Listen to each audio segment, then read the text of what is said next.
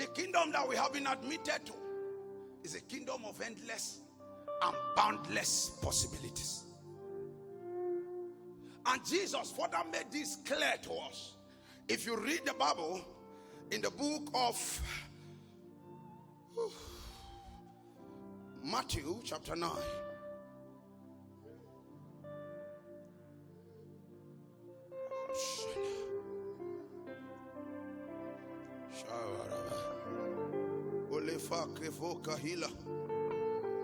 Matthew chapter 9 verse 18.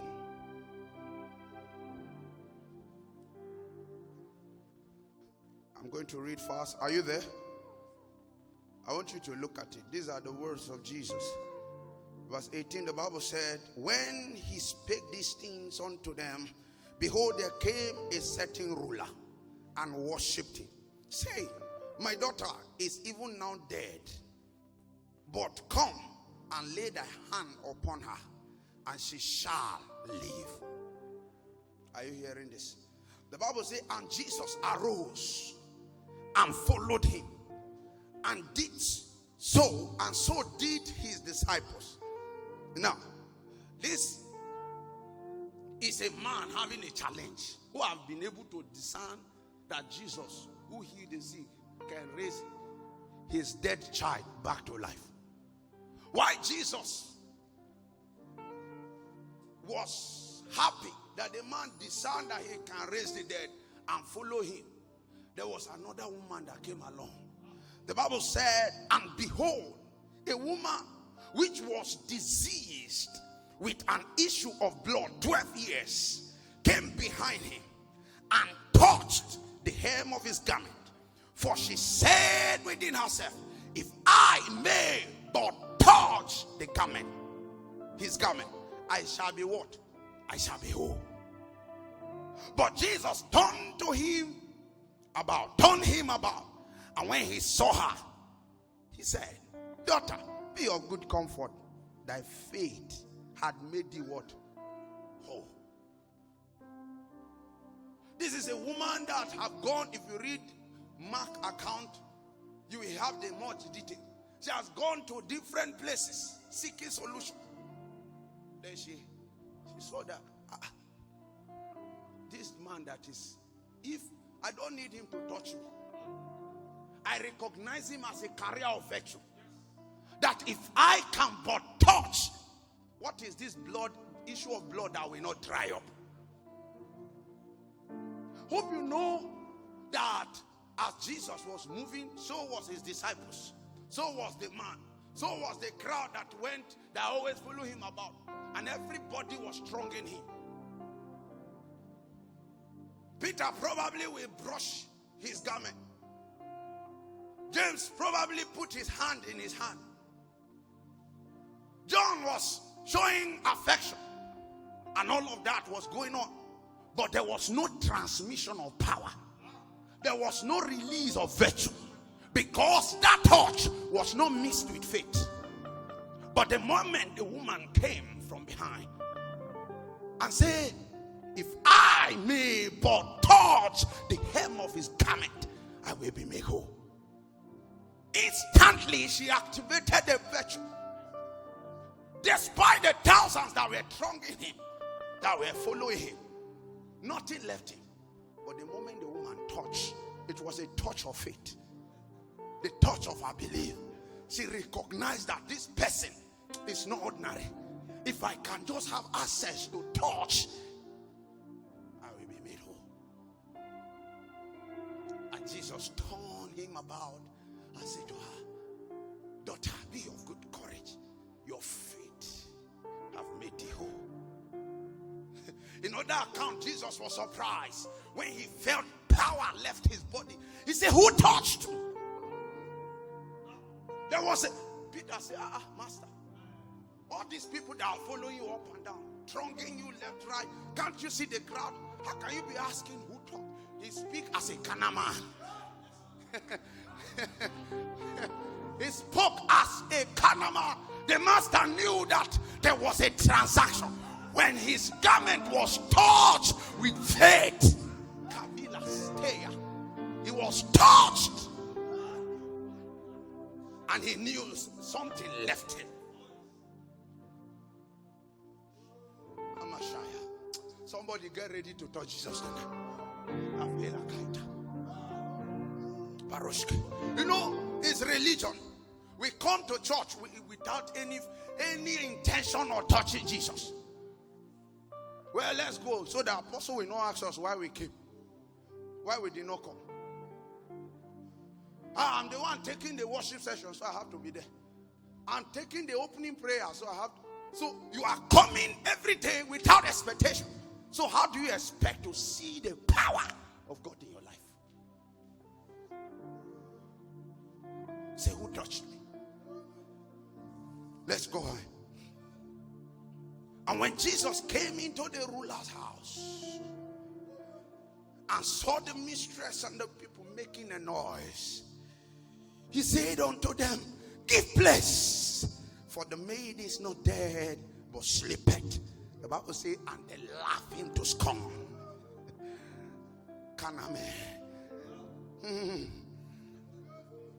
But when the people were put forth, he went in and took her by the hand. And the maid what? Arose. The maid arose. Guess what he did? The man came, the ruler came. He said, please come and lay your hands upon my daughter. That was where his faith was. Sit down, sit down. If you can just lay your hand on my daughter, I know she will come up. And when Jesus came, Jesus took her by the hand. And the Bible said the maid arose. She arose. Where you invest your faith, that's where you will see the power of God. The first man invested his faith in the power, in the word of God. That your word is powerful enough that even if you speak it here, though my servant is far, wherever he is, he shall be made whole. Because I understand the authority structure of the spirit realm. Speak the word only.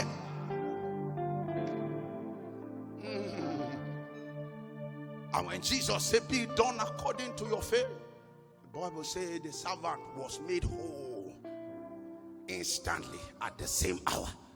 This man said, come and lay your hands on her and she will rise, she will live again. And he came and he took her by the hand. This one said, if I will touch. Where are you investing your faith in Christ? Where?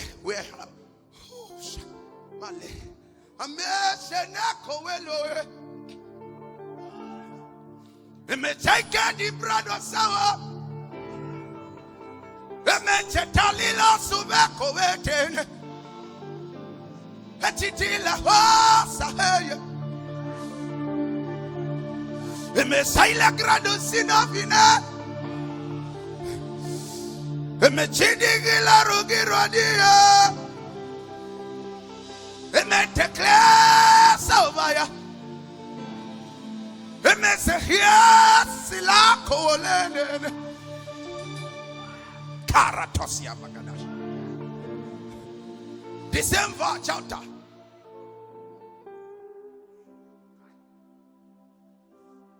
In verse 27, the Bible says, and when Jesus departed thence, 2 blind men followed him, crying and saying, thou son of David, have mercy on us. And when he was coming to the house, the blind men came to him. Jesus said unto them, believe ye that I am able to what? To do this.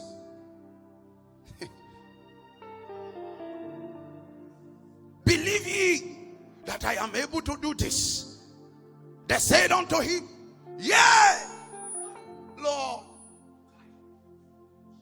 Believe thou that I am able. That is the question to somebody tonight. Believest thou? I know the house rent is due. Believest thou that Jesus can pay your house rent? Believest thou that he can heal you? Obviously, there is a terminal sickness in your body, But believest thou? Believest thou? The economy is bad. Nigeria is sinking. But believest thou that if others are saying there's a casting down, your testimony will be different? Believest thou? Believest thou? Believest thou that he has the power and the capacity to keep you pure in a world of corruption, in a nation of corruption, in a congregation of wickedness, that you will stand spotless and blameless? Believest thou? Believest thou? Believest thou? Believest thou? Because they were able to discern him, they did not waste time. They cried, "Yeah, Lord, we believe. We believe.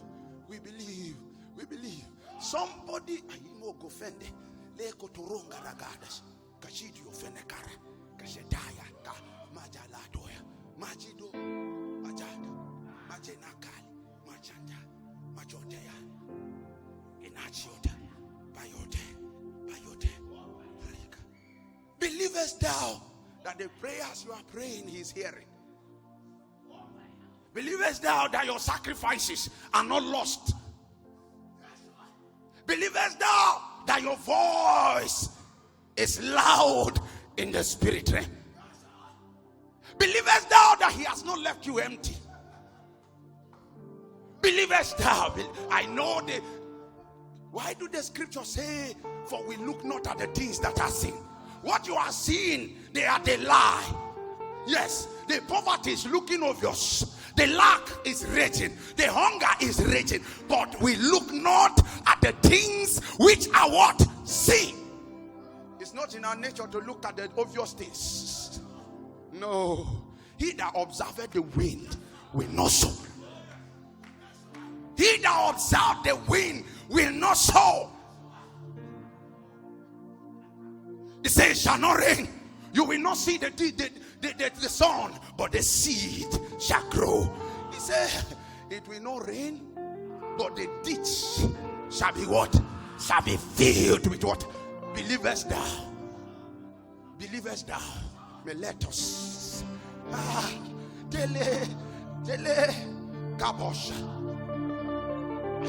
You are looking for connection in the natural.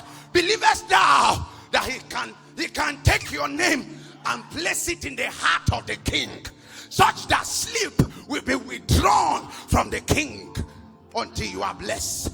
The Bible said when the time came for the king to honor Mordecai, he could no longer sleep. Stop looking for connection in the natural. Seek connection in the spirit. If a whole king, King Xerxes, could lose sleep, he could lose sleep because of a common man that wait on the gate. Believest thou that he can do the same? Some of you have songs here that you have written, you have produced. Believest thou that God can speak to and establish gospel music to reach out to you? Believest thou?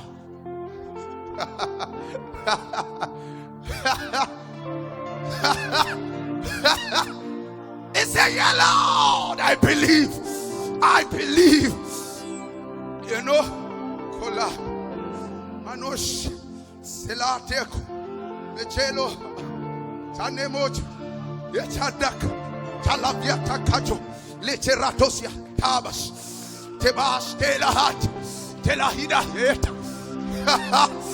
Fatabonek Farakavidos Ele Baracayeros Sevakavidiatas Legandriatos Le Baracaminos Severakaya Poros Poroserac Paracayaris Seida Bacalos Paracanos Shariate Shabatanas.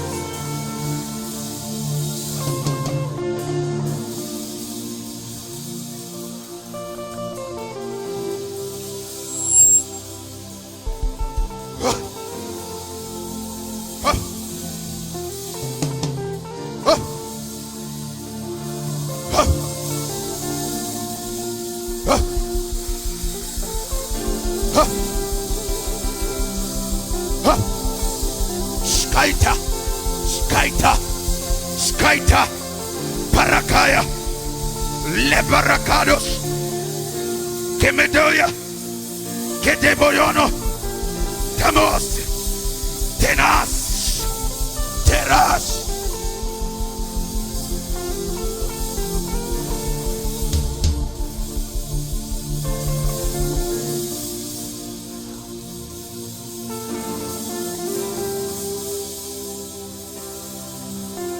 Kolovoro tekezia.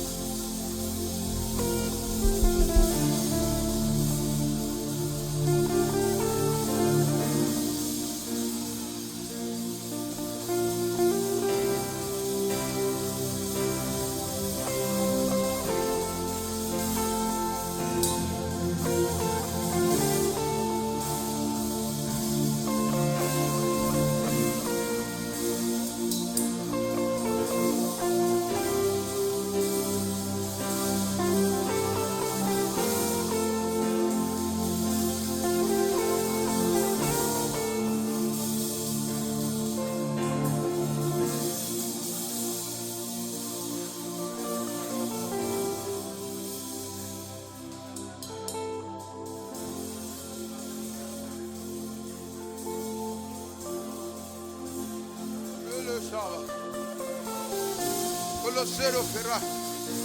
Saror. Oshono vela baraka. Venesusefia. Seilaha. Saitombre heta. Pove.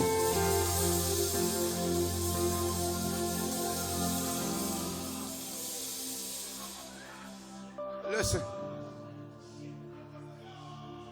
Listen. I'm not trying to steer your emotion. I'm trying to remind you of the heritage that you are of. I'm trying to quicken your understanding. To know that the challenge is not the availability of capacity.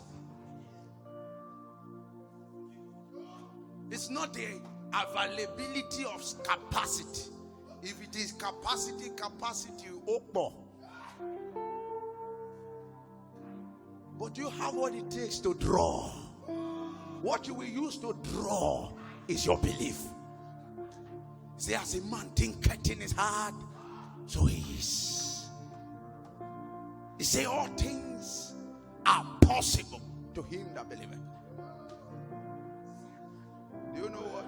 In the book of Mark chapter 9, from verse 28, we saw the story. Please sit down. We'll soon pray. We saw the story of a man that brought his demon-possessed child to the disciple of Jesus, and they could not cast him away. And the man, when he saw Jesus coming, he ran to him. He said, "Master, have mercy on me, for my child is grievously sick and tormented." Jesus said unto him, "If thou canst believe, all things are what? Are possible to him that believeth." And then the man says something that touched my heart. The Bible says in verse 24, he says, "And straightway the father of the child cried out and said with tears, Lord, I believe. Help thou my unbelief." He was saying it with tears, but tears is not strong enough. The question is, do you believe? Yes, there is an obvious challenge in your family. The devil is taking your child for a ride and is about to change his destiny. The problem is there, it has been identified. But unfortunately, tears cannot solve anything here. Just like many of you will wake up in the night and look at yourself and start weeping. No, you are going about it the wrong way. Tears cannot change anything. Yes, tear is a language in the school of intercession. When the Holy Ghost come upon you to cry, it means God want to war with your tears. But when you look, when it is not intercession you are doing, and then you look at your situation and start pitying yourself and start crying, what you are doing is you are glorifying the devil. Because that is exactly what he wants. God, have you imagined Moses when he was coming out with the children of Israel from Egypt? The Bible says he came. Before him was the Red Sea. To the left was mountain. To the right was mountain. Behind was Pharaoh and the army pursuing vehemently. There was no way out. In the midst of that hopelessness and helplessness, he cried, Lord, what do we do? Say, why are you crying to me? What is that in your hand? Believest thou? Believest thou? Help my unbelief. Help my unbelief. Help my unbelief. Somebody, I like you to look at that thing. That is an obvious challenge. And then compare it to where you are in Christ. Wait, this thing we are talking about is not a question of rank or stature. Are you understanding? This one is not a question of how long you have been in the kingdom. It's not a matter of how long you have fasted or prayed. This one is solely relying on the capacity of the Most High. Because all these people that we saw Jesus turn their situation around, there was nothing there was no sign of fasting. The only thing we can deduce there is that they prayed.